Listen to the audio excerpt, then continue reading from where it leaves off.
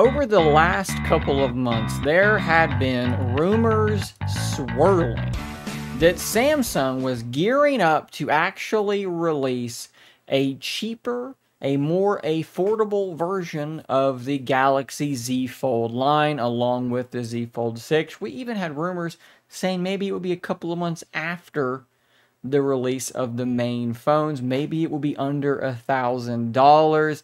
Very, very exciting stuff. We talked about how the chipset would be downgraded, about how the digitizer in the touch screen for S Pen functionality would be removed. We heard these reports from quite a few reputable places, even people like Ross Young, who is the CEO of Display Supply Chain Consultants, mentioned the digitizer potentially being removed, but it seems as though there's more movement on this subject and not in the direction that a lot of us maybe wanted. We have this report here from The Elec, and this is a Korean publication that was one of the, maybe you would say, loudest as of late with regard to sort of pushing this news story that Samsung was exploring a mid-range Z Fold device. Headline now reads, as it scrolls off the screen, Samsung Electronics completely reconsiders plans to launch the Galaxy Z Fold 6 entry-level model this year.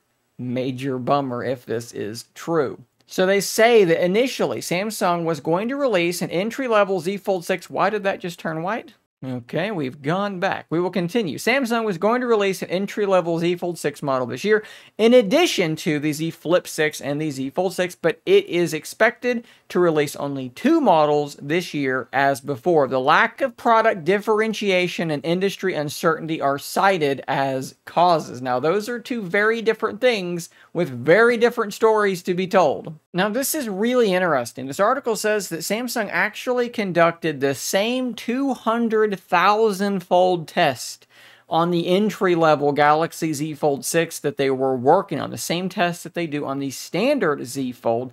It even had water and dust resistance. But again, sadly, apparently this year, they're not moving forward with this product. They go on to say, though, that Samsung wanted to produce this FE model as a thinner model to sort of show up these other Chinese manufacturers and say, look how thin our device is.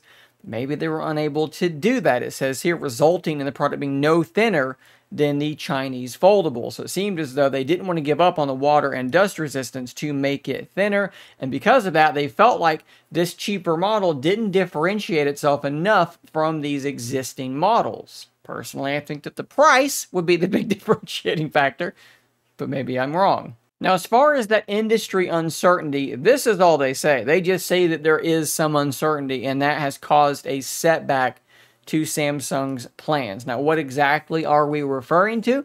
Potentially uncertainty with the idea that they're going to be able to have a market available to them to support another folding device, right? If you have 3, maybe the market is spread a little bit too thin. Maybe they feel like the folding phone market is not going to take the step forward they think that it needs in order to support another device like this. Now, I don't want to speculate too much more beyond that. What I'll say is I'm going to put the link to this article in the description down below. You can read the full thing yourself. There's not a whole lot more in there, but I did kind of gloss over a few things. The main point of this, though, is that at least according to this particular report, the budget version, the cheaper mid-range version of the Z Fold 6 appears to not be coming 2024. Similar reports about no OnePlus Open 2 coming also. It looks like it's going to be, once again, in 2024, a 2-horse race in North America between the Z Fold 6 and the Google Pixel Fold 2 or the Google Pixel